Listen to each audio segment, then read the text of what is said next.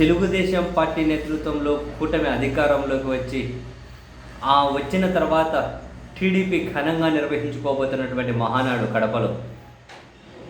So అధికారంలోకి వచ్చి ఏడాది అవుతుంది, మహానాడు ఘనంగా నిర్వహించుకోబోతున్నారు. ఎవరైనా ఈ మహానాడు వేదిక మీద నుండి ఈ సంవత్సర కాలంలో వీళ్ళు ప్రజలకు ఏం మేలు చేశారు అనే దాన్ని ఏమైనా ఏకరువు పెడతారేమో అని చెప్పి అనుకున్నారు. సో ప్రజలకు చేసిన మేలేమీ లేదు కాబట్టి దాన్ని పట్టించుకోలేదేమో మనకు తెలియదు. అండ్ వీళ్ళ ప్రసంగాలలో ముఖ్యమంత్రి గారి దగ్గర నుంచి కింది స్థాయి వాళ్ళ వరకు వీళ్ళ ప్రసంగాలలో 90% కనిపించిండేది జగన్ ఎట్లా, వైఎస్ఆర్ ఇట్లా, వైసీపీ ఇట్లా, వాళ్ళట్లా, వీళ్ళిట్లా, మొత్తం వాళ్ళ మీద నిందలు వేయడం కోసమే ఆ మహానాడు ప్రసంగాలన్నీ ఉన్నాయి. అండ్ కాదు అంటే తెలుగుదేశం పార్టీ వాళ్ళు ఘనంగా గర్వంగా చెప్పుకుంటున్నది కడపలో Mahanadu. Kadapa పసుపుమయమైంది.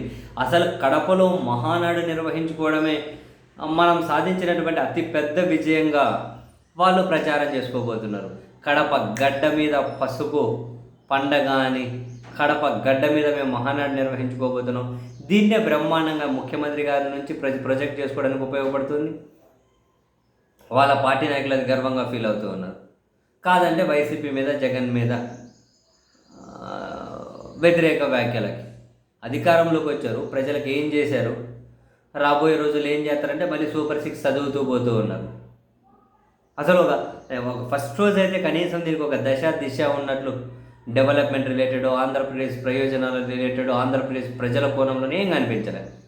And even YCP social media వాళ్ళు కూడా అంతా క్యాలిక్యులేట్ చేసి వాళ్ళు తిప్పుతూ ఉన్నారు.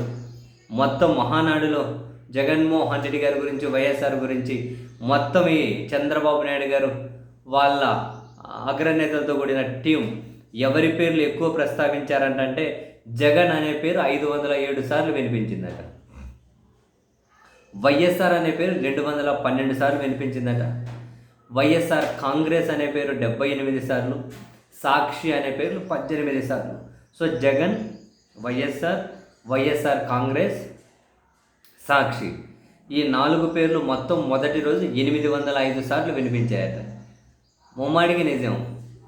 ఈ సంఖ్య మనం ఏమీ క్యాలిక్యులేట్ చేసుకోలేదు, కానీ ఎవరి ప్రసంగాలు చూసినా ఇవి తప్ప ఇంక వేరే ఎక్కువ వినిపించలేదు.